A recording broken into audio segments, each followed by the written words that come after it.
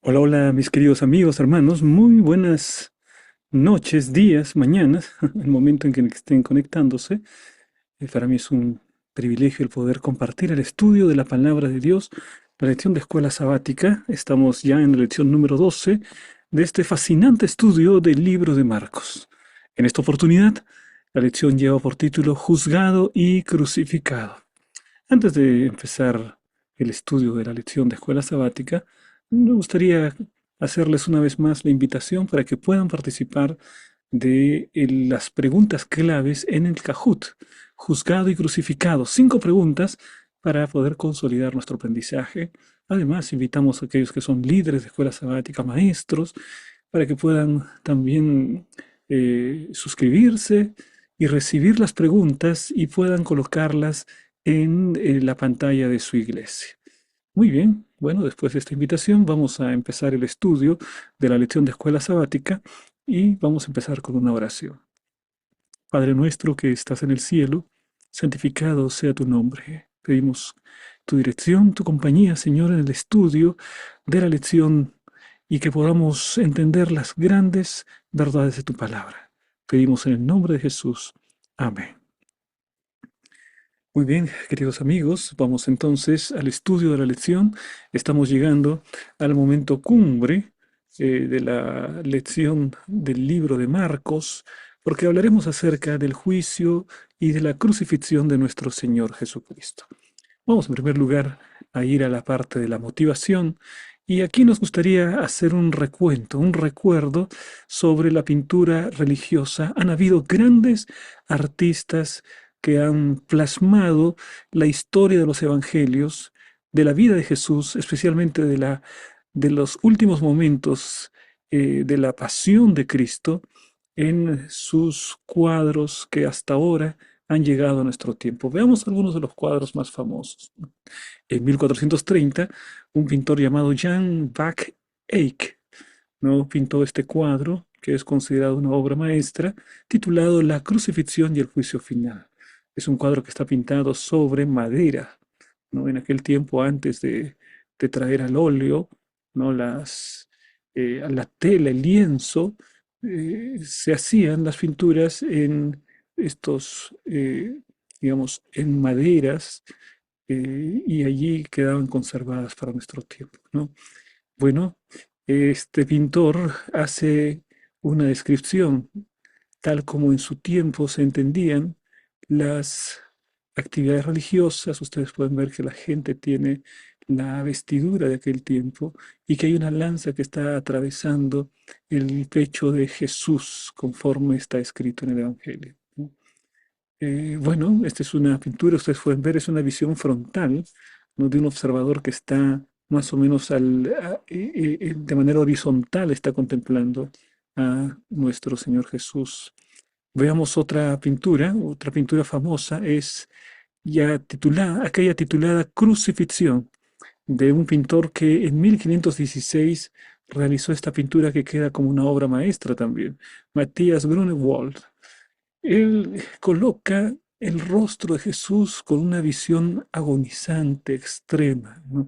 Que muestra un sufrimiento grandioso y que está rodeado de algunas figuras que allí podemos identificar como María, la Madre de Jesús, personas que acompañaron ese momento. ¿M? Así que es una visión un poco más, vamos a decir, impactante acerca de la crucifixión de nuestro Señor. Vamos un poco más adelante y tenemos también este famoso pintor el Greco que en 1590 pintó este cuadro titulado Cristo crucificado con dos donantes. Bueno, en esta parte los dos donantes no aparecen, están un poco más abajo y bueno, se considera una pintura estilizada, una pintura que da una idea de beatitud, ¿no? De cierta serenidad en la contemplación que Jesús hace hacia el cielo. Entonces, considerada también una obra maestra del Greco en 1590. Veamos además otros ejemplos. Aquí aparece la crucifixión por el pintor Diego Velázquez de 1632, ¿no? En esta en esta pintura se contrasta la parte oscura, ¿no? Atrás, haciendo que, digamos, sea mucho más, eh, digamos, evidente este derramamiento de sangre que no aparece, por ejemplo, en la pintura del Greco, la pintura anterior. Aquí las manos están manchadas de sangre, aquí el pecho ha sido horadado y está manando sangre, hay una corona de espinas y el contraste con el fondo oscuro hace que sea mucho más relevante la figura de Cristo crucificado. Es la pintura religiosa en el año 1632 que, digamos, estos artistas han tratado de plasmar en sus obras lo que encontraron en los evangelios. Hasta ahora todas estas son vistas frontales. Veamos esta pintura de un hombre llamado Paul Gauguin en 1889. Ya se notan, ¿no?, diferencias en los movimientos artísticos. Aquí encontramos el Cristo amarillo, que es un Cristo de así estilizado, en que se resaltan colores conforme a esas escuelas, ¿no?, de aquel tiempo que pintaban de una manera diferente. Esta es entonces de 1889. Y aquí contemplaremos una pintura del siglo pasado titulada Cristo de San Juan de la Cruz de Salvador Dalí. Esta es una pintura realmente impresionante. Todas las anteriores es como si el pintor está visualizando la cruz de modo horizontal, es decir, está mirando la cruz como estaban mirando aquellos que estuvieron al lado de Jesús, los soldados, las personas que vieron. Es una mirada horizontal. Aquí tenemos una mirada desde el cielo. Aquí en esto radica la genialidad de Salvador Dalí, que pinta un Cristo completamente diferente a los que anteriormente habían sido pintados. Todos habían tenido una perspectiva horizontal, aquí tenemos una perspectiva vertical, es decir, desde el cielo. Es como si el padre está contemplando el sacrificio del hijo. No hay corona de espinas, prácticamente no tiene derramamiento de sangre, no se visualizan adecuadamente los clavos, y la sombra proyectada indica que la luz viene desde el lado de la derecha. eh, y sin embargo es una visión desde arriba, ¿no?, como si Dios estuviese contemplando a su Hijo, el Señor Jesucristo. Una pintura realmente extraordinaria, mostrando que por mucho que durante siglos había sido pintada muchas veces la crucifixión, sí había una manera diferente de presentar la crucifixión, cambiando la perspectiva como si fuese vista desde el cielo. Así, mis queridos hermanos, tenemos entonces diferentes cuadros acerca de la crucifixión, el momento cumbre de la entrega de nuestro Señor Jesucristo para nuestra salvación. Jesús es el personaje más importante de la historia. Jesús entregó su vida para que podamos tener esperanza de salvación y de vida eterna. Por eso, mis hermanos, vamos a estudiar la lección de esta semana, empezando con el versículo de memoria en Marcos capítulo 15, versículo 34.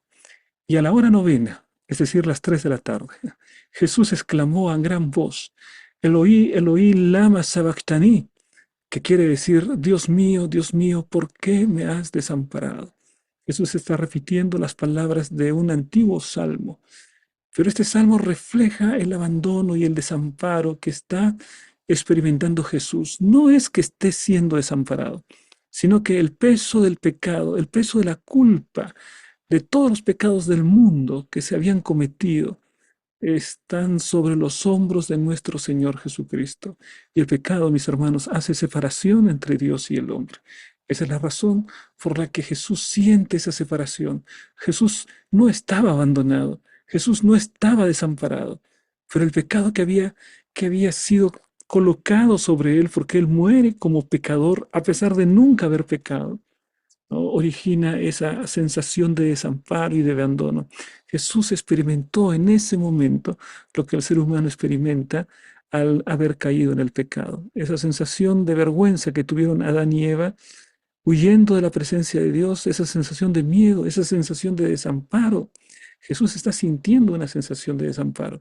Él como hijo de Dios, él como Dios sobre todas las cosas, habiendo vivido siempre en unidad con el Padre, por amor a nosotros, mm, él llevó nuestros pecados y entrega su vida para que nosotros podamos tener la esperanza de la vida eterna.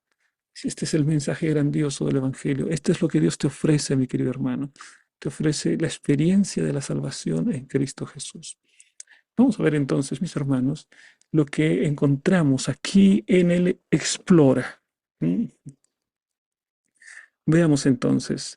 Iremos a dar una visión panorámica sobre la lección de esta semana. Queremos tratar cada uno de los puntos de esta semana de tal manera que haciendo un comentario de cada día podamos entender mucho mejor la lección de la escuela sabática.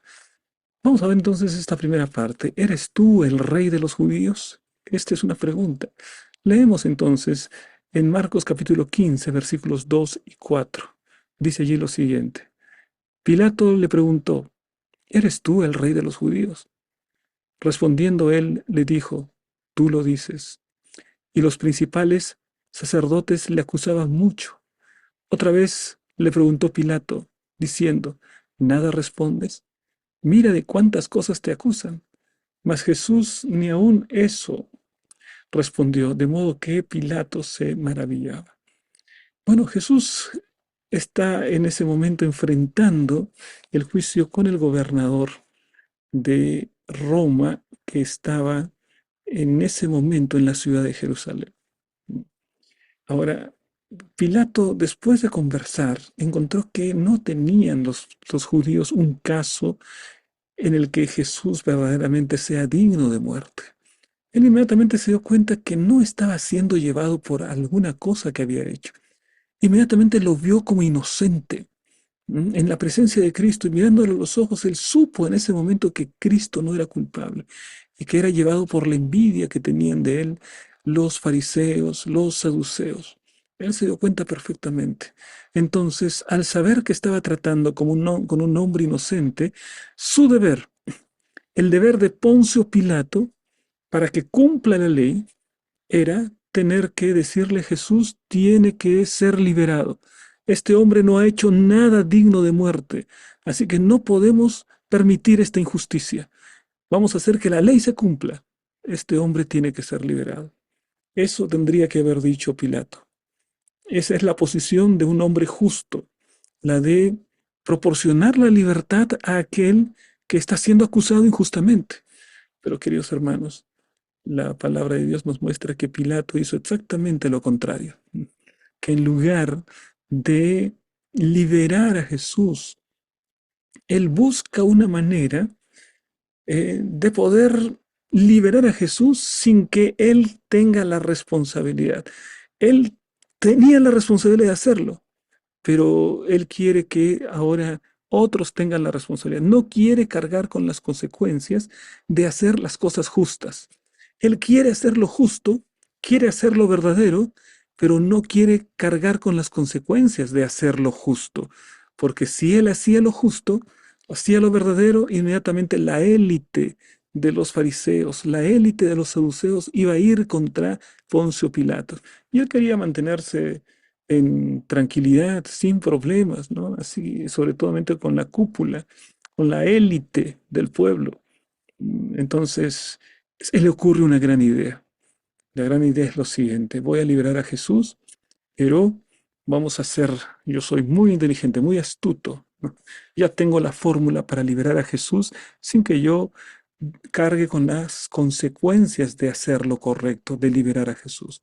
¿Cuál fue la idea de Pilato? Oye, vamos a ver Marcos capítulo 15, versículo 6. Ahora bien, en el día de la fiesta le soltaba un preso cualquiera que pidiese. Ah, dice, esta costumbre de liberar un preso, esto será el momento que voy a usarla. Voy a colocarles frente a una decisión. Aquí está Barrabás, un verdadero delincuente, alguien que había hecho mucho daño y que finalmente había sido atrapado y estaba allí, Barrabás. Entonces, yo voy a decirle a la gente, ¿entre quién, a quién quiere que libere? Aquí tengo dos, Jesús llamado el Cristo o a Barrabás. Entonces Pilato pensó, toda la gente va a decir, bueno, queremos que liberes a Jesús. Y entonces en ese momento yo voy a liberar a Jesús. Y ya quedó. No me hago cargo de sangre inocente, cumplo con mi deber y además también no cargo con las consecuencias de hacer lo correcto, de liberar a Jesús, ¿no? Porque fue un acto democrático, porque el pueblo va a decidir y lo va a liberar. No creo, en su mente jamás se cruzó la idea de que el pueblo preferiría liberar a Barrabás que liberar a Jesús. Él inmediatamente se dio cuenta que Barrabás era culpable y que Jesús era inocente. Y como él no quería tomar la decisión en sus manos, permite que democráticamente, ¿no? Entre comillas, sea el pueblo que decida. El pueblo decide. Ahí hay algunas frases que dicen que el pueblo es la voz de Dios. Mis hermanos, no, no, no, no, no, nada de que el pueblo es la voz de Dios. La Biblia es la voz de Dios. La palabra es la voz de Dios. Los principios de la Biblia son los que tenemos que aplicar en nuestra vida, sin importar las consecuencias. Prepararnos para enfrentar las consecuencias de la fidelidad.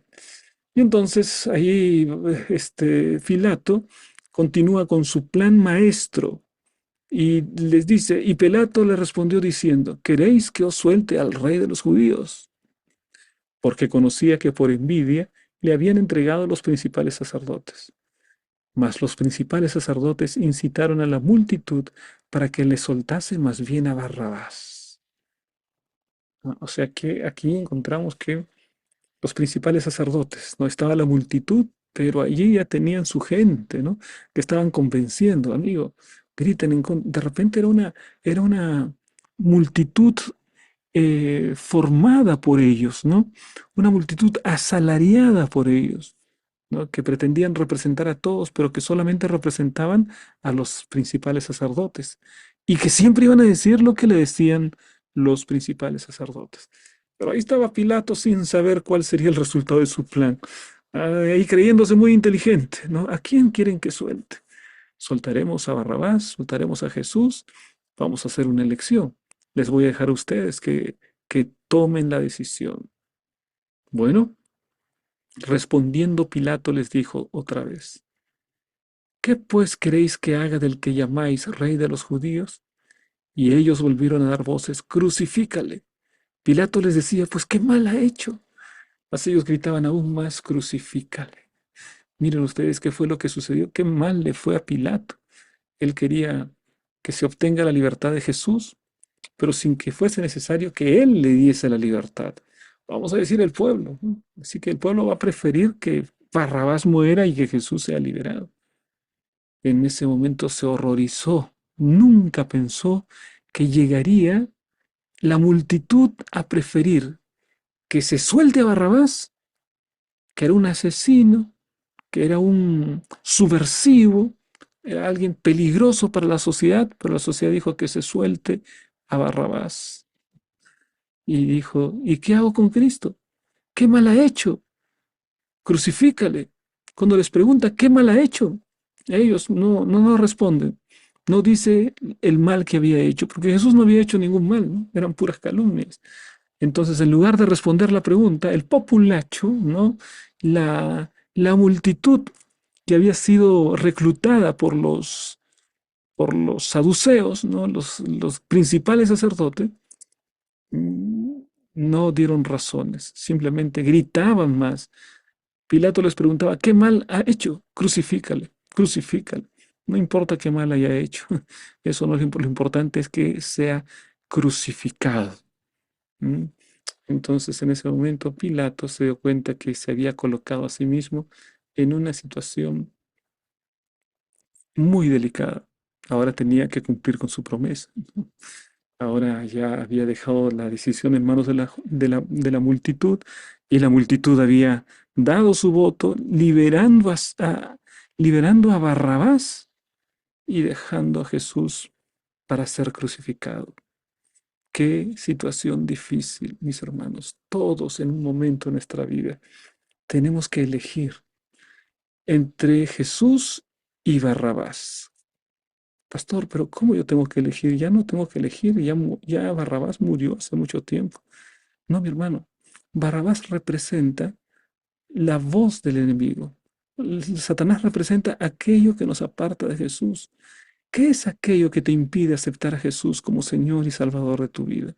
Bueno, elige a Jesús y desecha aquello que te separa, a esos barrabases de la vida, ¿no?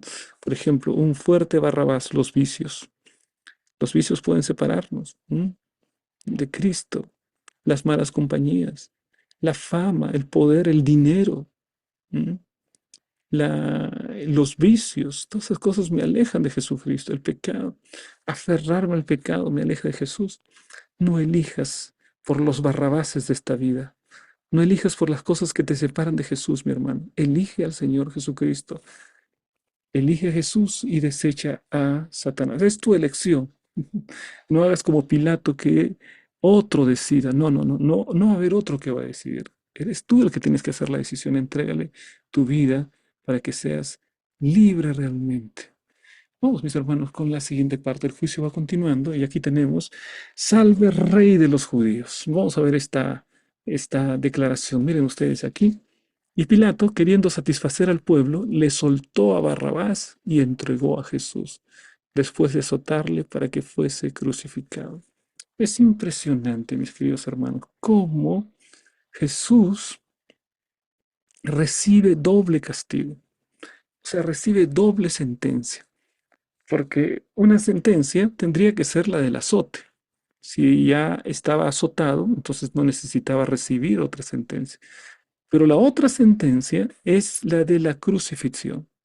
O sea, Jesús fue azotado, y ahí ya tendría este castigo, pero además Jesús fue crucificado. Por otro lado, encontramos cómo los fariseos, los saduceos, los líderes de los judíos estaban dispuestos a sacarse de en medio al Señor Jesucristo. Les era un estorbo para sus propósitos. Ellos querían estar siempre en la influencia con el pueblo y Jesús era peligroso, ¿no? Jesús decía, ellos querían estar siempre primeros y Jesús decía, los postreros serán los primeros. Jesús les era incómodo a esta élite que estaba solamente queriendo la preservación de sus privilegios sin entregarle el corazón al Señor Jesucristo. Entonces, mis hermanos, aquí vemos que finalmente este grupo logra lo que quiere. Mira, las acusaciones contra Jesús son dos esencialmente. Una que ellos usan cuando están en el juicio del Sanedrín. ¿Cuál es la acusación que tienen contra Jesús? Allí le dicen que Jesús ha blasfemado y la blasfemia es la muerte. Entonces, la acusación que le hacen a Jesús en el Sanedrín, que era compuesta por judíos, era la acusación de blasfemia para que Jesús sea muerto. Pero cuando van a Pilato, la acusación cambia. Ya no es una acusación de blasfemia, porque Pilato no le interesaba las religiones, la religión de los judíos, cosas relativas a esto. Así que para Pilato que haya blasfemado no era un motivo de muerte. Entonces, astutamente, los fariseos, los saduceos, toda esta gente que estaba en contra de Jesús, cambian su acusación. Y cuando están delante de Pilatos, la acusación es, este es un enemigo del César, este se autoproclama rey de los judíos. Así que es un subversivo, porque aquí el único rey es el César. Y entonces este merece la muerte, porque nadie puede ir contra el emperador. Allí se volvieron muy partidarios del emperador, ¿no? Defendían al emperador. En realidad querían destruir a Jesús y para eso se aferraban a cualquier cosa. Entonces son dos acusaciones diferentes. Ante el Sanedrín, acusación de blasfemia. Ante Pilato, acusación de subversivo, de querer ser el rey de los judíos y de esa manera ocupar e irse contra el César, que era emperador de Roma. Bueno, continuamos. Miren qué fue lo que sucede aquí. Entonces los soldados le llevaron dentro del atrio, esto es al pretorio, y convocaron a toda la compañía. Es decir, estaban todo el grupo de soldados romanos que estaban allí, ¿no? Este se proclama rey de los judíos. Nosotros los romanos solamente reconocemos al emperador, ¿no? En aquel tiempo el emperador era Tiberio César, ¿no? Emperador de Roma. Entonces, este es rey de los judíos, este es un subversivo, este quiere derrocar a nuestro emperador. Y entonces empiezan una cantidad de castigos, ¿no? Dice, y poniéndole, le vistieron de púrpura, y poniéndole una corona tejida de espinas, comenzaron luego a saludarle, salve rey de los judíos, ¿no? Este es el rey. Entonces le hacían burlonamente una alabanza, ¿no? Salve rey, es decir, viva el rey de los judíos. Estaban burlándose y le golpeaban en la cabeza con una caña. Cuánto ha sufrido nuestro Señor Jesús, ¿no? Y le escupían y puestos de rodillas le hacían reverencias. Después de haberle escarnecido, le desnudaron la púrpura y le pusieron sus propios vestidos y le sacaron para crucificarle. Queridos hermanos, mira la descripción que se hace de este momento, ¿no? Un grupo de soldados romanos, ¿m? Este ya había sido condenado a muerte, el Señor Jesús, ya su suerte estaba echada, por lo tanto, simplemente tenían que ejecutar la sentencia. Pero no, ahí ellos se solazan en burlarse, en escupir, en golpear, ¿no? Se arrodillaban y decían, este es el rey de los judíos. Estaban burlándose del Señor Jesús. Mira, cuánta soberbia y cuánto amor y cuánta paciencia del Señor Jesucristo. Él, incluso en ese momento, el Señor Jesús estaba pensando en la salvación del ser humano, en una salvación que es por gracia mediante la fe. Ese sacrificio está predicho en el Antiguo Testamento, mas Él herido fue por nuestras rebeliones, molido por nuestros pecados. El castigo de nuestra paz fue sobre Él y por su llaga fuimos nosotros curados. Ahí se estaba cumpliendo, por su llaga fuimos nosotros curados. Todos estos insultos, estos golpes en la cabeza, esta corona de espinas, todo eso que está descrito lo hizo porque te ama. La, Jesús no podía hablar en aquel momento posiblemente. Estaba siendo burlado, pero todo lo que él soportaba lo hacía en vista del gran amor que tiene por los seres humanos, para que sea una realidad la salvación. La ironía de la escena es evidente para el lector, pues Jesús es en verdad el rey, y las burlas de los soldados así lo proclaman. La acción de ellos era una parodia del saludo que daban al emperador romano con las palabras, Salve César, emperador. Por lo tanto, se trata de una implícita comparación con el emperador. Bueno, sí, no, si tú dices que eres rey, entonces te colocamos tu corona, corona de espinas. Tú dices que eres rey, te vamos a dar tu vestido, vestido de púrpura. Y entonces, a ver, a salve rey de los judíos, estaban burlándose, sin llegar a entender lo solemne que estaba aconteciendo en aquel momento. El acto que cambiaría la historia de la humanidad estaba sucediendo y ellos no se daban cuenta. Vamos, mis hermanos, a la siguiente parte donde se habla ya directamente acerca de la crucifixión. Podemos imaginar ese momento sombrío de la raza humana, cuando fuerzas confabuladas y motivadas e instigadas por el propio Satanás están tomando al Señor Jesucristo, están destruyendo su cuerpo, están castigando, se burlan quitándole la ropa. Oh, mis hermanos, no, realmente la maldad de Satanás, el diablo no tiene límite. Él quería destruir a Jesús. Él quería que Jesús diga, ya basta, ya es suficiente, ya hasta aquí es suficiente, no, no voy a ir hasta la cruz, es demasiado, yo nunca hice nada. Que el hombre cargue con el pago de su culpa. Yo no tengo nada que ver en esto. Eso podría haber dicho. Satanás estaba tratando de, con los castigos y todo, evitar que Cristo muera. porque la muerte de Cristo, que jamás había pecado, que no cae en la tentación, significaría la victoria sobre el mal, sobre el pecado, la victoria definitiva. Así que con sus castigos que instigaba a aquellos soldados romanos, lo que estaba haciendo era buscar la manera que Jesús diga, hasta aquí nomás, ¿no? Que el castigo era extremo y pensaba, en algún momento voy a quebrantar la voluntad de Jesús y ya no entregará su vida por los seres humanos, y así entonces ya no habrá plan de salvación. Lo destruiré por completo. Ese era el momento que Satanás pensaba que podría lograrlo. Miren, Marcos capítulo 15.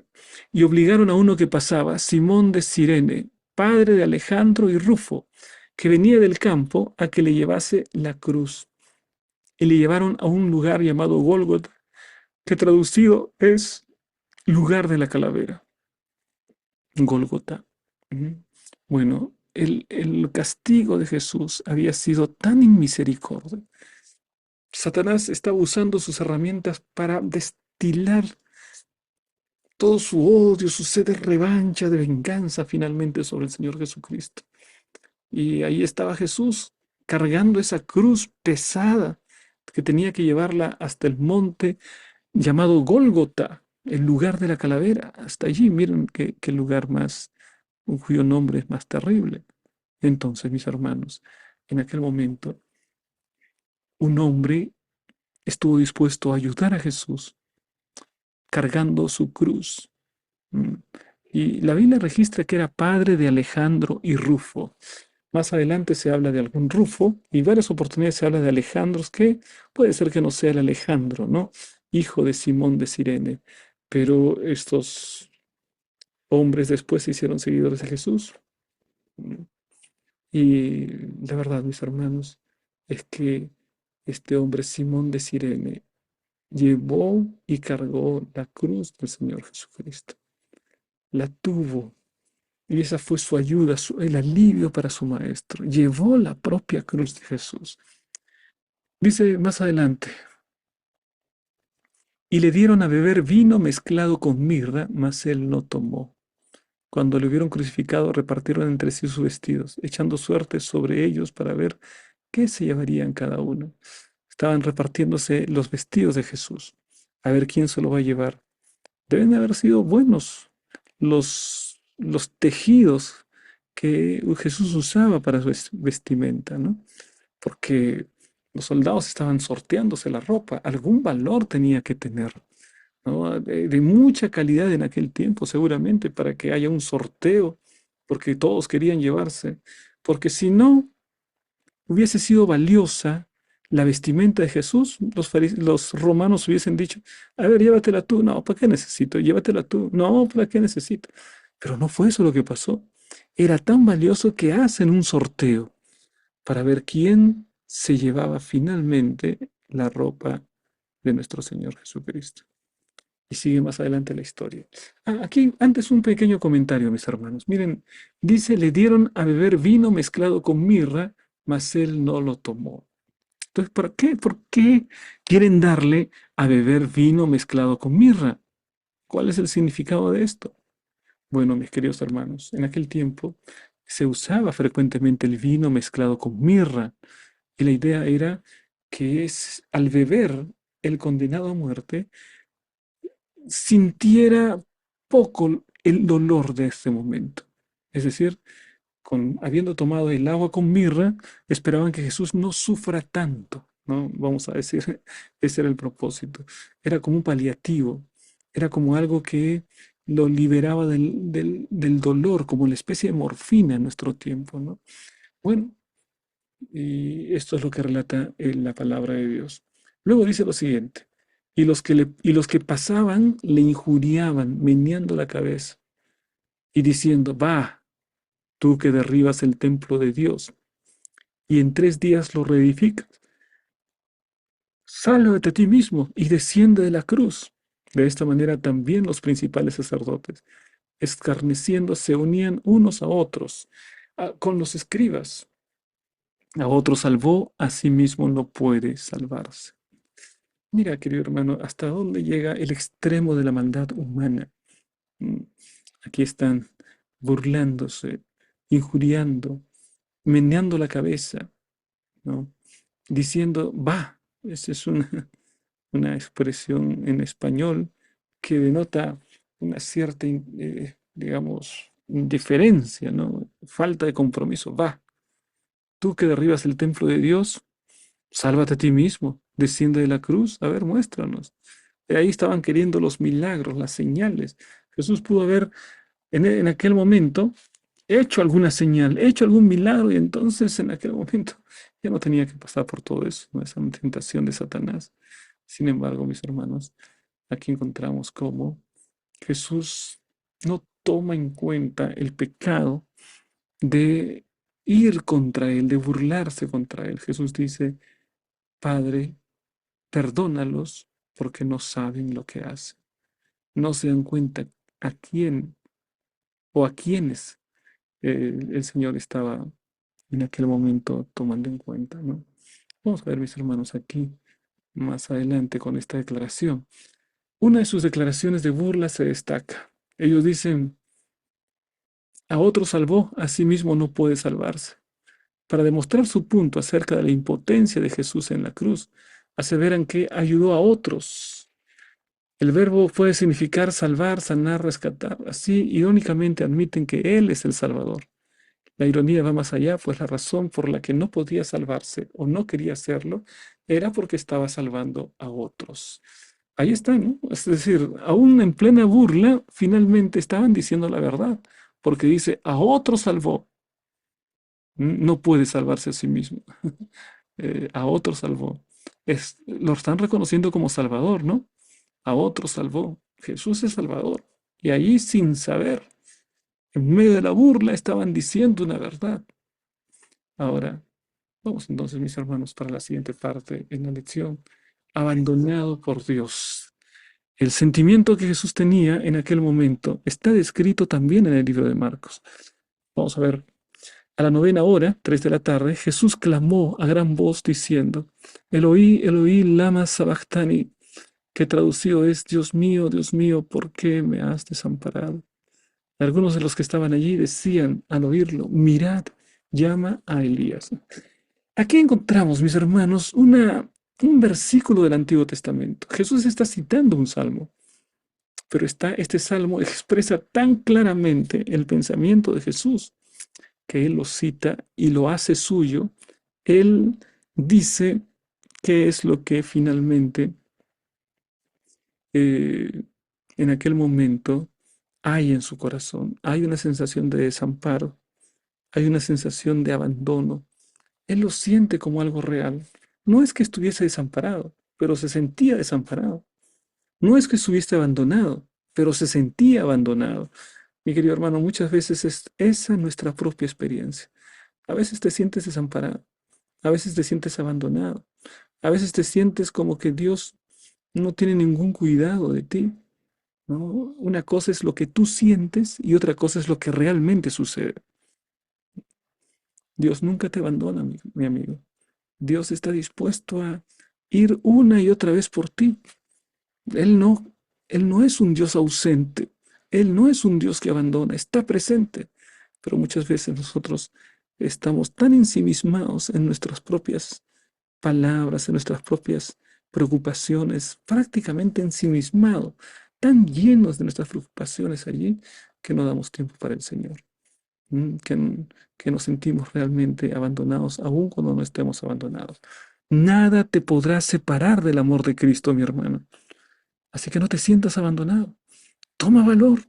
Agárrate de la mano del Señor. ¿No? Ahora, Marcos 15:36. Y corrió uno y empapado una esponja en vinagre y poniéndolo en una caña le dio a beber, diciendo, dejad, veamos si viene Elías a bajarle. Bueno, aquí está la idea de la esponja con vinagre, ¿no? Una, una, una manera de burlarse de Jesús, ¿no? Que te estaba con sed y le dan vinagre. Ujú. Más adelante dice, mas Jesús dando una gran voz expiró. Entonces el velo del templo se rasgó en dos, de arriba abajo. Jesús murió, expiró, dice la Biblia. En ese momento el velo del templo se rasgó de arriba abajo en el templo. En aquel momento se rasga el velo, representando, mis hermanos, que finalmente todo lo del Antiguo Testamento se había cumplido, que el verdadero Cordero había sido sacrificado, que toda esa ceremonia que prefijaba la obra de Cristo finalmente se había cumplido y había perdido su razón de ser, porque todos estos corderos apuntaban hacia la muerte del verdadero Cordero que es Jesucristo. Pero si el verdadero cordero ya murió, entonces ya todas las ceremonias del carnero, del cordero, todas esas ceremonias finalmente quedan ya derogadas por completo, porque ya fue muerto el verdadero cordero. ¿M? Entonces el velo del templo se rasgó en dos, de arriba abajo, y el centurión que estaba frente a él, viendo que después de clamar había expirado así, dijo, verdaderamente este hombre era hijo de Dios. También habían algunas mujeres mirando de lejos, y aquí están los nombres, entre las cuales estaban María Magdalena, María la madre de Jacobo el menor y de José, y Salomé. Entonces estaban las mujeres que estaban siguiendo a Jesús y veían a Jesús con compasión, con amor, ¿no? Y la palabra de Dios no nos cuenta acerca de los discípulos aquí, ¿no? Cuenta de las mujeres, cuenta del soldado que reconoce verdaderamente este hombre era hijo de Dios. Cuenta todo eso del Evangelio, pero ¿y dónde están los discípulos? No se encuentran en este momento. Ahí encontramos, mis hermanos, el amor práctico en acción, ¿no? El amor práctico no solo de palabras, sino de estar al lado de Jesús en ese momento difícil. Bien, aquí la lección nos muestra un paralelismo entre el bautismo de Jesús y en la cruz. Bautismo. ¿Recuerdan ustedes cómo en Marcos se nos habla acerca de Juan que bautiza a Jesús? Bueno, Jesús está pasando también por un bautismo. ¿Cómo así? ¿Cómo que está pasando por un bautismo? Claro que está pasando. ¿Recuerdan ustedes cuando Jesús les dice a Pedro, perdón, a Juan y Santiago? Ellos habían venido a decirle, Señor, que queremos los lugares preferenciales, Señor. Uno que se siente a tu derecha y el otro se siente a tu izquierda, Señor. ¿Qué te parece? ¿No? Y entonces Jesús les pregunta, ¿están dispuestos a ser bautizados del bautismo con que yo seré bautizado? Él estaba hablando de su muerte. Y entonces el bautismo del cual habla la lección aquí es la muerte de Jesús. Así que hay un bautismo también, porque la muerte de Jesús es una especie de bautismo, que es sepultado y que resucita, ¿no? Segundo paralelo, Juan el Bautista como figura de Elías. Ahí aparece Elías en el momento del bautismo, en el Jordán. Pero en el momento de la crucifixión, Jesucristo llama a Elías.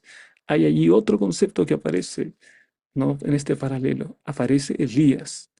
Luego dice allí, los cielos se abren.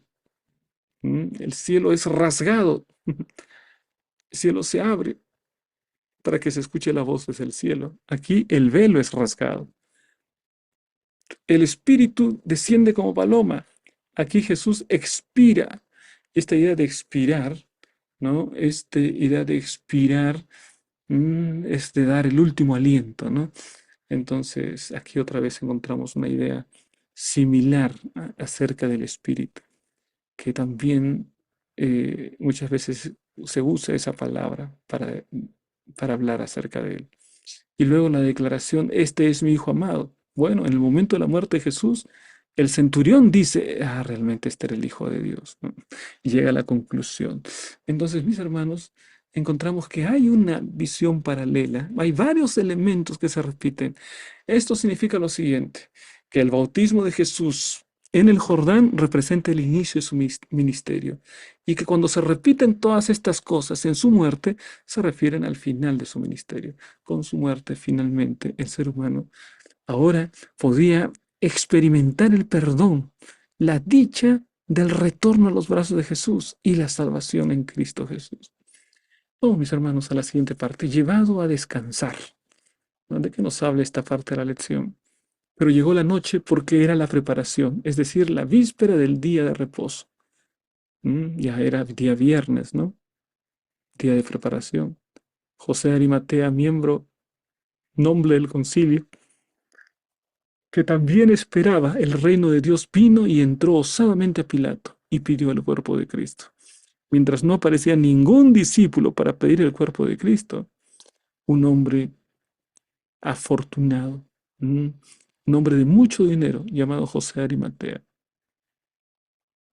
Dice aquí que era un miembro noble del concilio y que también esperaba el reino de Dios, o sea, un seguidor de Jesús. Él pide el cuerpo de Jesús. Este José de Arimatea. Hemos visto cómo las mujeres estaban ahí al lado. Hemos visto también cómo finalmente el centurión romano reconoce que está delante del Cristo. Ah, pero no vemos a los discípulos. Aquí hasta José de Arimatea, que nunca había aparecido, aparece.